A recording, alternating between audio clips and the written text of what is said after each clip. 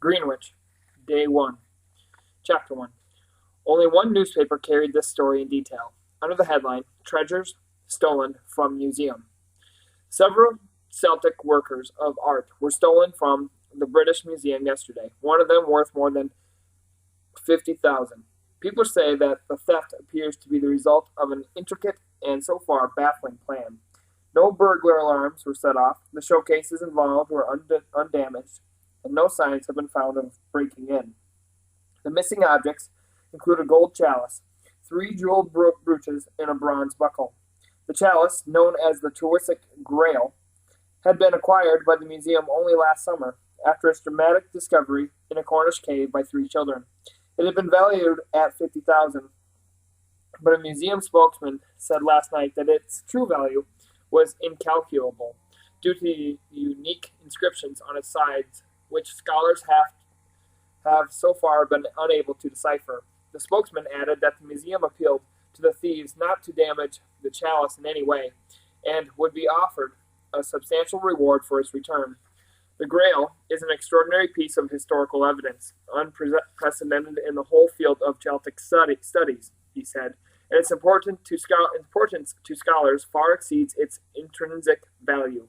Lord Clare, who is a trustee of the British Museum, said last night that the chalice— "Oh, do come out of that paper, Barney," Simon said irritably. "You read it 50 times, and anyway, it's no help." "You never know," said his younger brother, folding the newspaper and cramming it into his pocket. "Might be a hidden clue." "Nothing's hidden," said Jane sadly. "It's all too obvious." They stood in a dejected row on the shiny floor of the museum gallery, before a central showcase taller than the rows of identical glass cases all around. It was empty, save for a black wooden plinth, on which clearly something had once been displayed. A neat silver square on the wood was engraved with the words, "Gold chalice of unknown Celtic workmanship, believed 6th century, found in Trewhick, South Cornwall, presented by Simon, Jane, and Barnabas Drew." "All that trouble we had, getting there first," Simon said, "and now they've simply come and lifted it. Mind you, I always thought they might." Barney said, "The worst part is not being able to tell anyone who did it." "We could try," Jane said. Simon looked at her with his head on one side. "Please, sir, we can tell you who took the Grail, in broad daylight, without breaking any locks. It was the powers of the dark." "Pop off, Sonny," Barney said, "and take your fairy stories with you." "I suppose you're right," Jane said. She tugged distractedly at her ponytail. "But if it was the same ones, somebody might at least have seen them. That horrible Mr. Hastings." "Not a chance. Hastings changes," Great Uncle Mary said. "Don't you remember? He wouldn't have the same name or the same face. He can be different people at different times." "I wonder if Great Uncle Mary knows," Barney said, "about this." He stared at the glass case and the small, lonely black plinth inside. 2 elderly ladies in hats came up beside him. One wore a yellow flower pot, the other a pyramid of pink flowers. "That's where they pinched it from," the attendant said. One told the other. "Fancy, the other cases were over here." "Tut, tut, tut, tut," said the other lady with relish, and they moved on. Absently, Barney watched them go, their footsteps chopping through the high gallery. They paused at a showcase over which a long-legged figure was bending. Barney stiffened. He peered at the figure. "We've got to do something," Simon said. "Just got to." Jane said, "But where do we start?" The tall figure straightened to let the behatted ladies approach the glass case. He bent his head courteously, and a mass of wild white hair caught the light. Simon said, "I don't see how Great Uncle Mary could know. I mean, he isn't even in Britain, is he? Taking that year off from Oxford. What's it?" "Sabbatical," Jane said, "in Athens, and not even a card at Christmas." Barney was holding his breath. Across the gallery, as the crime-loving ladies moved on, the tall white-haired man turned towards a window. His beaked nose, hollow-eyed profile was unmistakable. Barney let out a howl. "Mary!" Simon and Jane trailed, blinking in his wake as he skidded across the floor.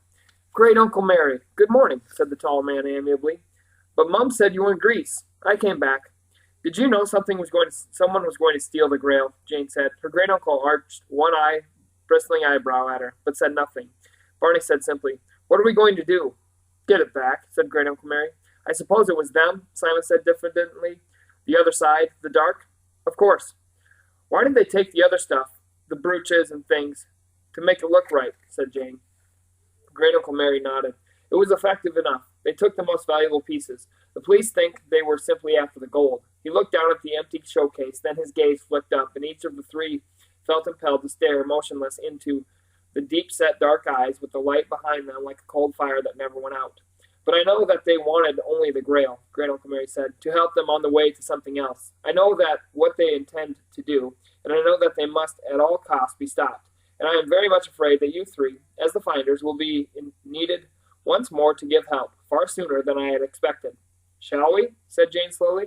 Super, said Simon. Barney said, Why should they have taken the Grail now? Does it mean they found the lost manuscript, the one that explains the cipher written on the sides of the Grail? No, said Great Uncle Mary, not yet. Then why? I can't explain, Barney. He thrust his hands into his pockets and hunched his bony shoulders. This matter involves Trewisic, and it does involve that manuscript, but it is part of something very much larger as well, something which I may not explain. I can only ask you to trust me, as you all trusted me once before, in another part of the long battle between the light and the dark, and to help, if you are sure you feel able to give help, without perhaps ever being able fully to understand what you are about. Barney said calmly, pushing his tow-colored forelock out of his eyes. That's all right. Of course we want to help, Simon said eagerly. Jane said nothing. Her great-uncle put one finger under her chin, tilted her head up, and looked at her. Jane, he said gently, there's absolutely no reason to involve any of you in this if you are not happy about it. Jane looked up at the strongly marked face, thinking how much it looked like one of the fierce statues they had passed on their way through the museum. You know I'm not scared, she said. Well, I mean, I am a bit, but excited scared. It's just that if there's going to be any danger to Barney, he's going to scream at me, but he is younger than we are, and we oughtn't. Barney was scarlet. Jane!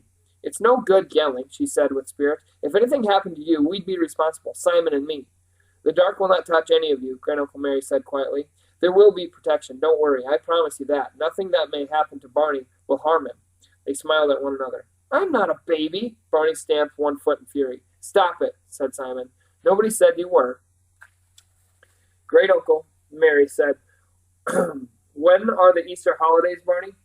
There was a short pause. The 15th, I think, Barney said grumpily. That's right, Jane said. Simon start a bit before that, but we all overlap by about a week. It's a long way off, Great Uncle Mary said. Too late. They looked at him anxiously. No, I don't think so. Is there anything to prevent the three of you from spending that week with me in Trewisic? No, nothing. Not really. I was going to a sort of ecology conference, but I'd get out of that. Simon's voice trailed away as he thought of the little Cornish village where they had found the Grail. Whatever adventure might now follow had begun there, deep inside a cave in the cliffs, over sea and under stone.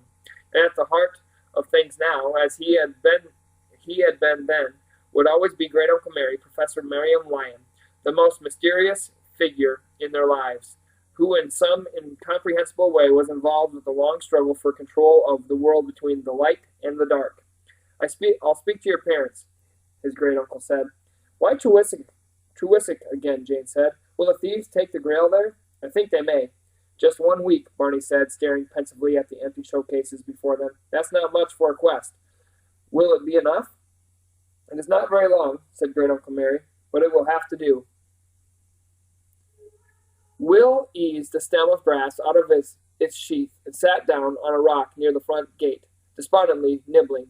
The April sunshine glimmered on the new green leaves of the lime trees. A thrush somewhere shouted its happy, self-echoing song.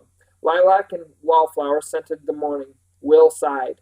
They were all very well, these joys of Buckinghamshire spring, but he would have appreciated them more with someone there to share their Easter holidays.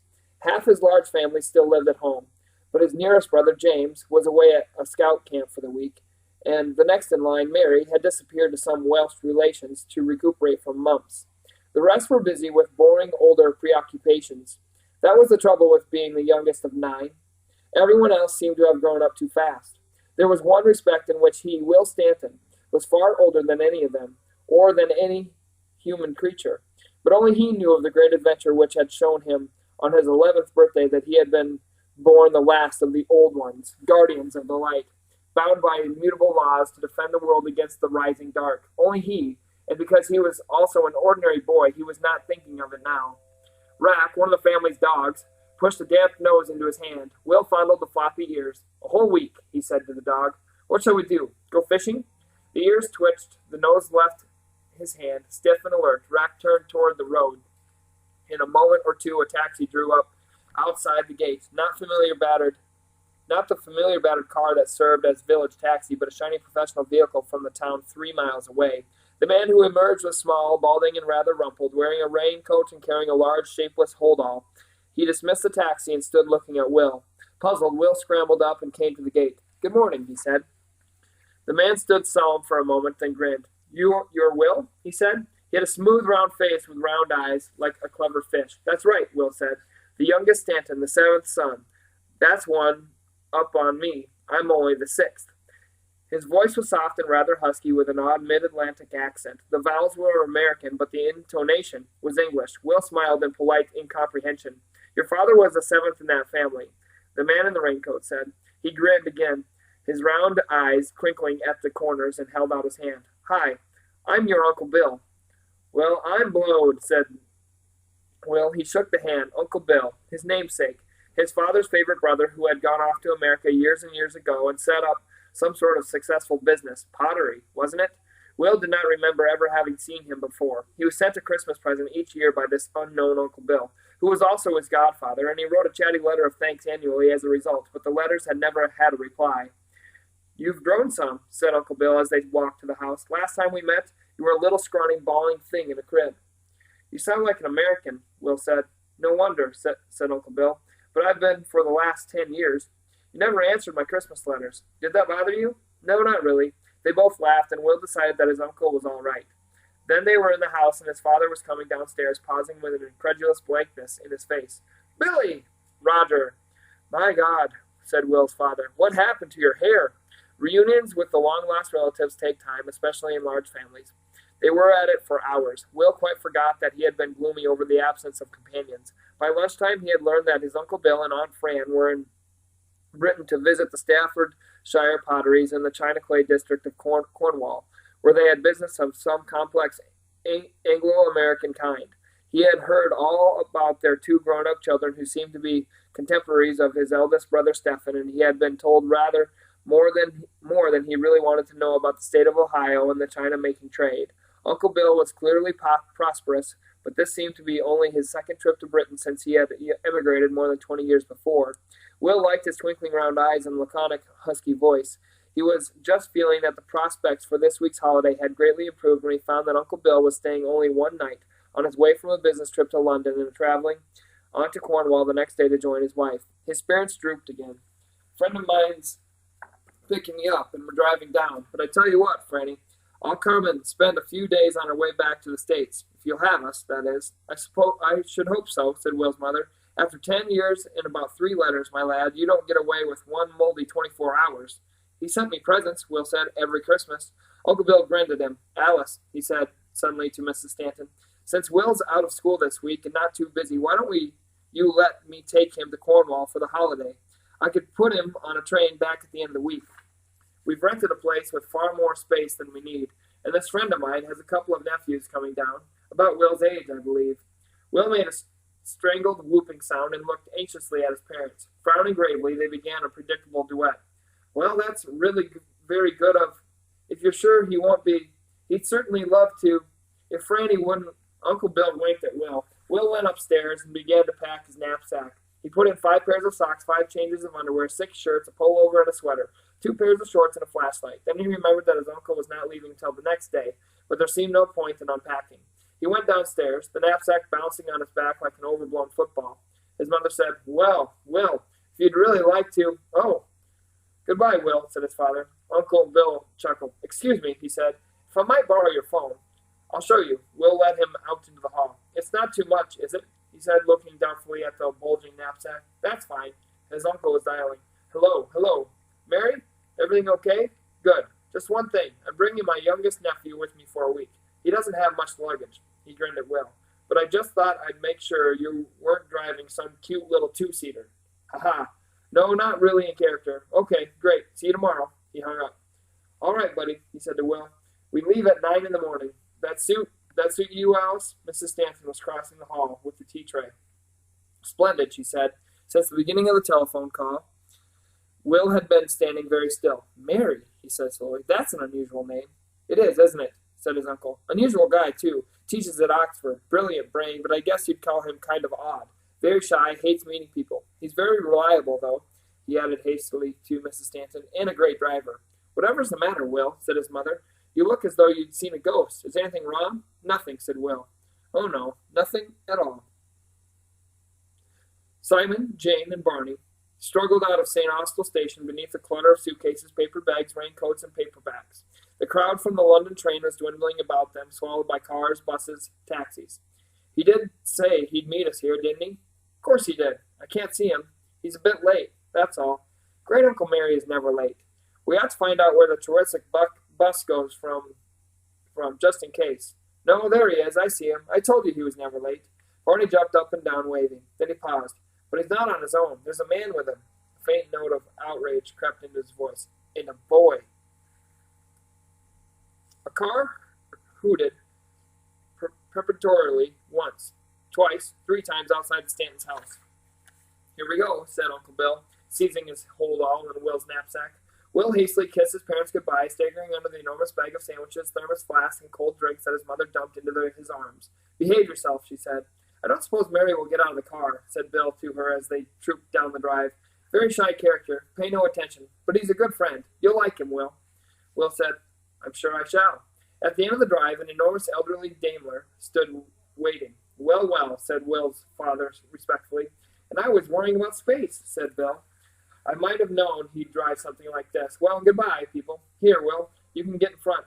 In a flurry of farewells, they climbed into the dignified car. A large muffler-wrapped figure sat hunched at the wheel, topped by a terrible, hairy, brown cap. "Mary," said Uncle Bill as they moved off, "this is my nephew and godson, Will Stanton, Merriman Lyon." The driver tossed aside his dreadful cap, and a mop of white hair sprang into shaggy freedom. Shadowed, dark eyes glanced sideways at Will out of an arrogant, hawk-nosed profile. "Greetings, old one," said a familiar voice into Will's mind. "It's marvelous to see you," Will said silently, happily. "Good morning, Will Stanton," Merriman said. "How do you do, sir?" said Will. There was a considerable conversation on the drive from Buckinghamshire to Cornwall, particularly after the picnic lunch, when Will's uncle fell asleep and slumbered peacefully all the rest of the way.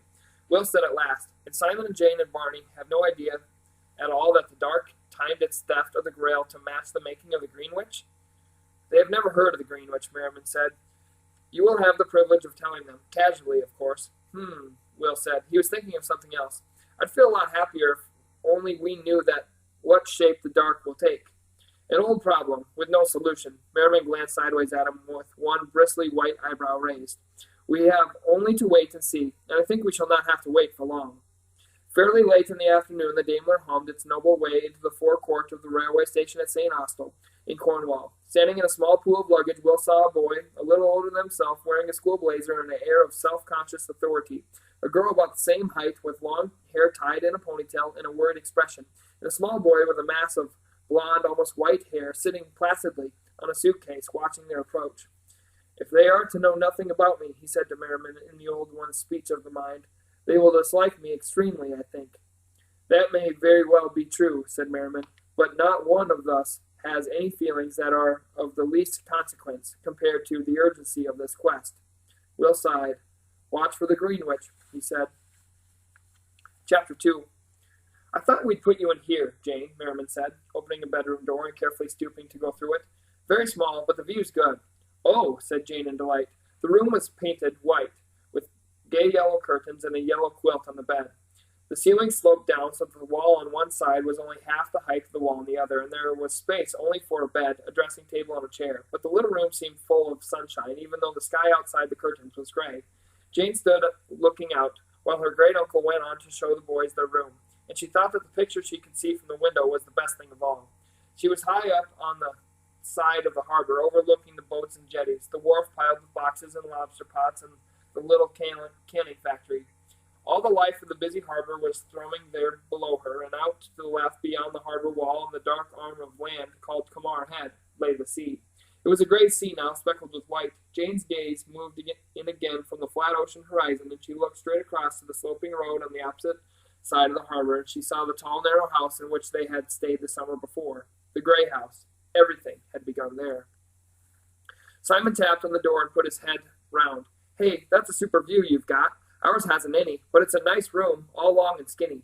"Like a coffin," said Barney in a hollow voice behind the door. Jane giggled. "Come on in. Look at the gray house over there. I wonder if we'll meet Captain thing, the one Great Uncle Mary rented it from. Tom's, Barney said. Captain Tom's. And I want to see Rufus. I hope he remembers me. Dogs do have good memories, don't they? Try walking through Captain Tom's door and you'll find out, said Simon. If Rufus bites you, dogs don't have good memories. Very funny. What's that? Jane said suddenly. Hush. They stood in a silence, broken only by the sounds of cars and seagulls, overlaid by the murmur of the sea. Then they heard a faint tapping sound. It's on the other side of that wall. What is it? Sounds like a sort of pattern. I think it's Morse. Who knows Morse? I don't, Jane said. You should have been a Boy Scout.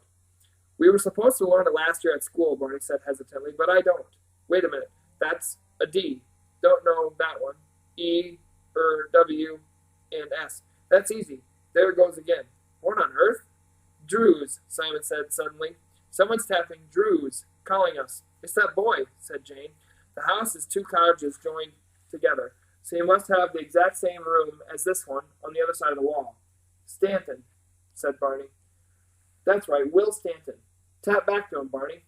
No, Barney said. Jane stared at him. His long, yellow, white hair had fallen sideways, masking his face, but she could see the lower lip jutting mullishly in a way she knew well. Why ever not?